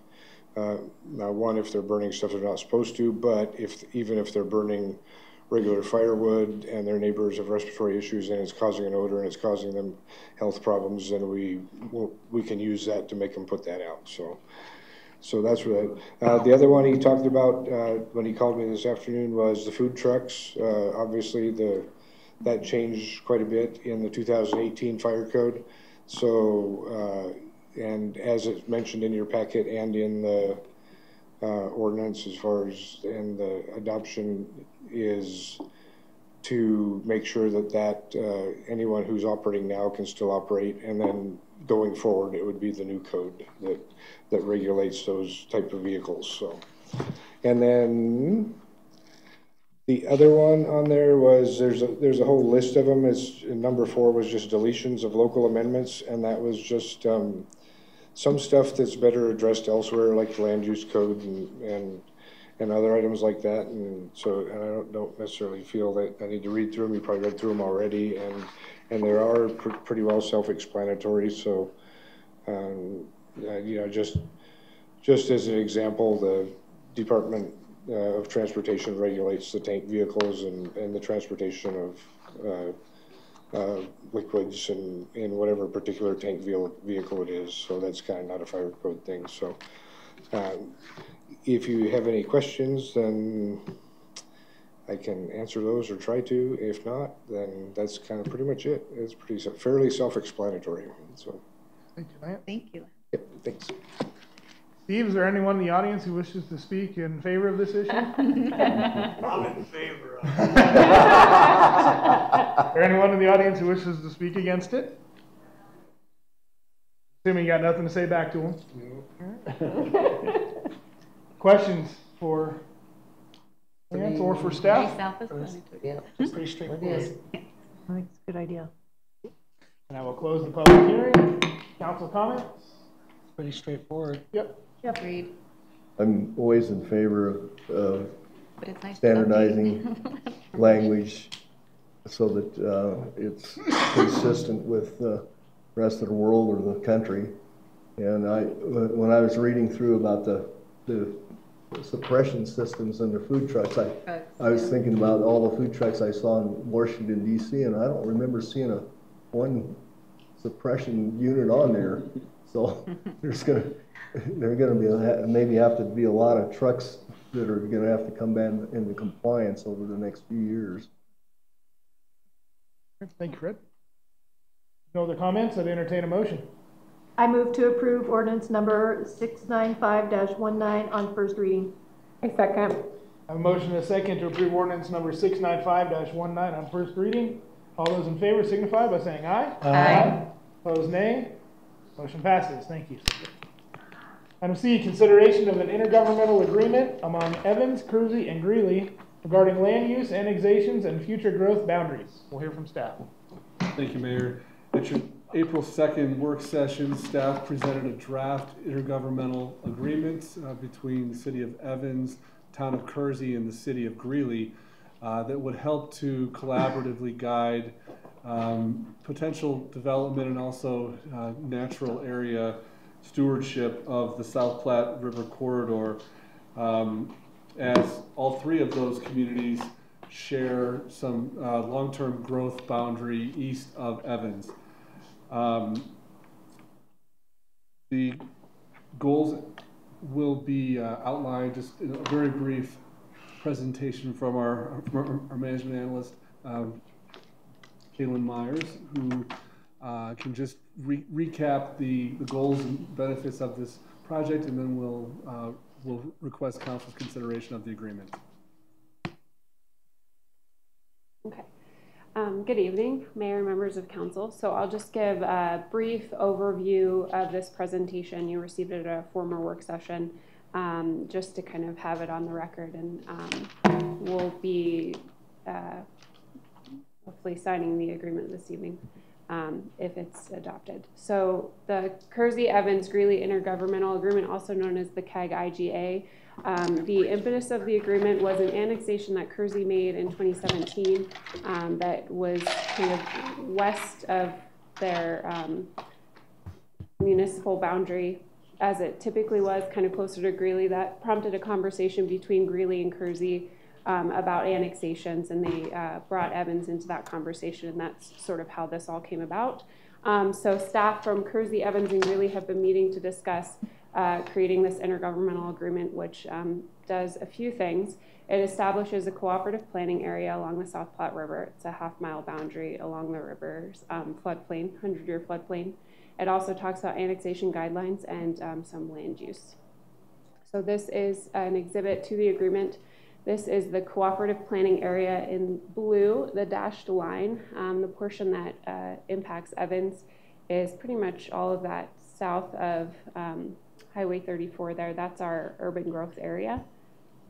The agreement will also talk a little bit about annexation, just some general guidelines. It talks about a few different scenarios. So I have a map here to just illustrate these. So scenario A is if you cannot annex outside of your adopted growth management area unless it's to annex a property that is more than 50% within your growth management area.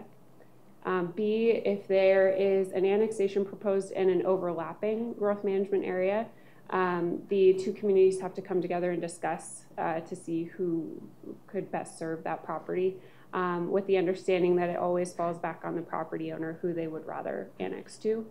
And then C, we cannot accept an annexation petition if the property is outside of our growth management area, and in Kersey or Greeley's, we would have to let the applicant know that they would have to go to Kersey or Greeley in order to annex.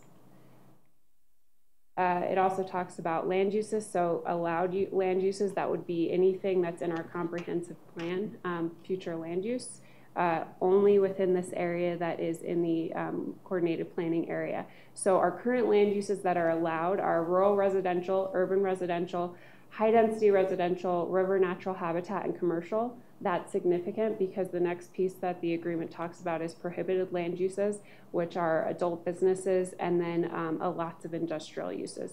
So our current allowed land uses in the comprehensive plan, there's no industrial uses that are currently allowed in that area anyway, but this agreement does go ahead and specifically list out those that are prohibited. It also talks about notice for development, so just ways that the three communities can come together to have conversations when annexations and development are happening in this kind of shared growth area. We have to give notice if it's within a half-mile boundary of the other municipalities' urban growth area, and then it has to be 4 weeks notice. So just lots of opportunities for collaboration between the municipalities. There's an initial 5-year term. It will automatically renew for 5 years unless a notice to terminate is given at least 120 days prior to expiration. And then meeting timelines. So this evening, I just received an update from Greeley that they did go ahead and approve at their regular meeting this evening with a few minor changes. So before it's officially signed, if that's the way that we go, before it's recorded, we'll make sure that the agreement matches what Greeley and Kersey have signed as well.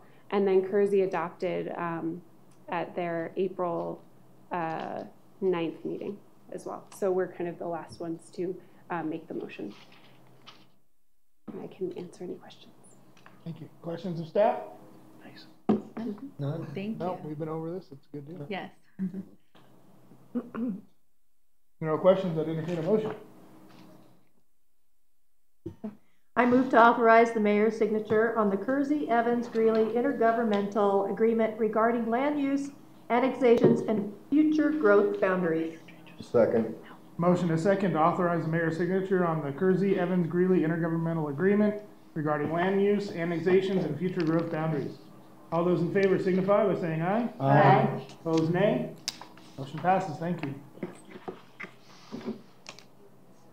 Report, city manager. Thank you, Mayor. I just want to take a moment and introduce the council to our new city engineer. I would ask Mark Oberschmidt to stand and wave. He's here tonight for his first council meeting. Mark comes to us with 27 years of civil engineering and project management experience, most recently with Stantec in Fort Collins, where he also served as the town engineer for Wellington.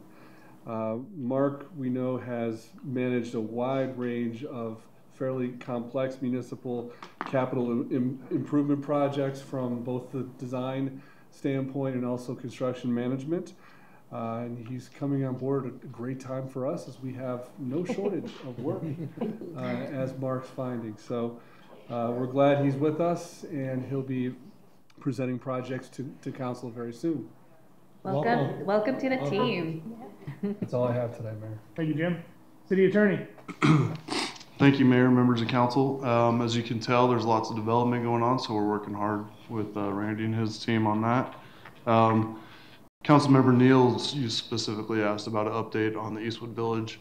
I apologize, I misspoke. The report to the court was due last Friday. The status conference is actually tomorrow, so next meeting we'll have an update for you. My apology. And then I'm working with Jim and staff on finalizing some legal services options and getting that update to you guys. That's it. Thank you. Steve, anything to say to the group for audience participation? Lance? Congratulations, everybody. It was a good meeting today. Yes, thank you. All right, meeting adjourned. Oh, excuse me, I didn't hit it. I didn't hit it. Meeting's not adjourned yet. I want to take this time and with mixed emotions, I am resigning. I sold my house and have to move out of the ward, so this will be my last meeting. I'd just like to say, as mayor, it's been more than an honor to get to know you as a friend, as a council member. I think you have definitely made Evans a better place.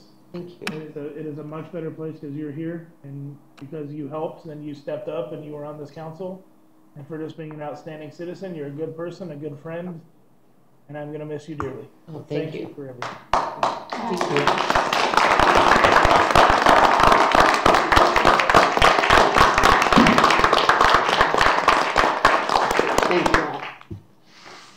I don't know how I'm going to top that, so I'm not going to say it.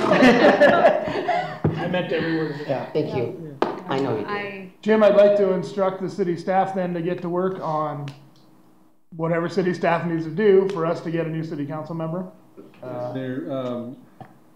We would, just to give you an idea of potential timeline, with council's direction, we'll start the process immediately to solicit candidates per the municipal code process for the vacancy. We would, as we have in the past, we'll send postcards regarding the vacancy to all homes in Ward 2. We would also post the vacancy advertisement on our website and all of our social media channels along with the application. We would get those out very soon here, probably later this week, the postcards, with the goal of having applications back by May 8th. Distribution to council probably that day so that you can have them in advance of your Tuesday, May 14th meeting, where you could conduct some interviews of candidates. If that works, if it all happens on that schedule, council could be ready to seat a new council member on May 21st.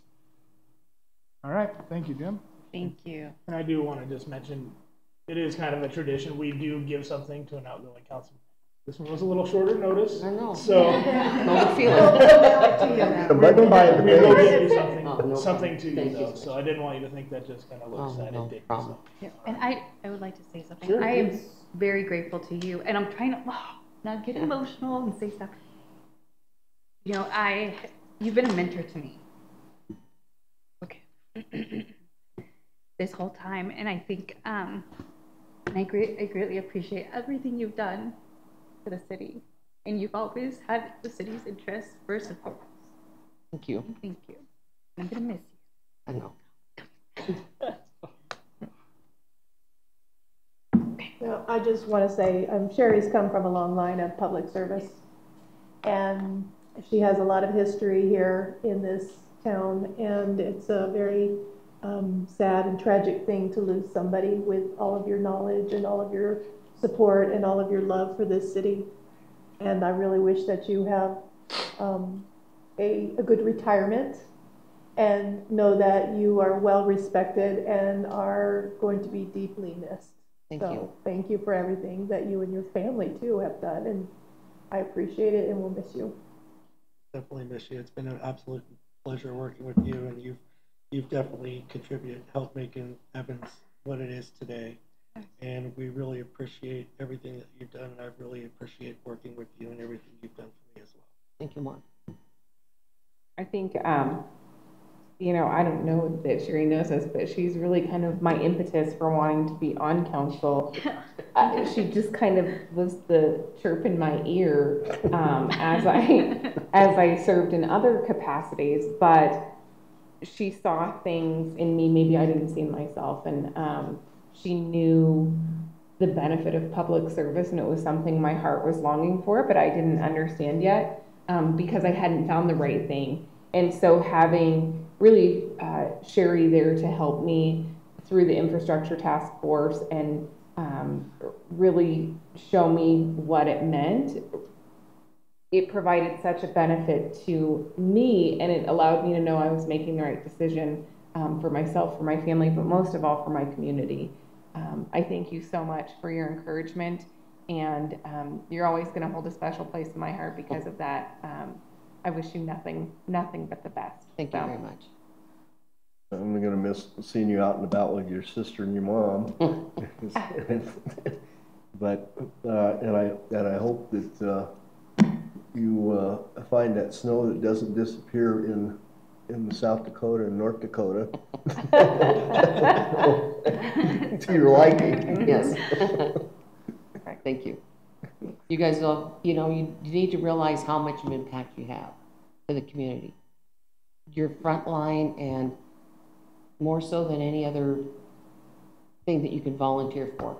And you make a big impact, and you make judgment calls, and you always got to have the city in mind. So you guys will do a great job without me. I know you will. Meeting adjourned. We will now go into into the Evans Redevelopment Agency regular meeting for April 16th. Call the meeting to order. Roll call, please. Sure, go ahead. Chair Rudy? Here. Vice Chair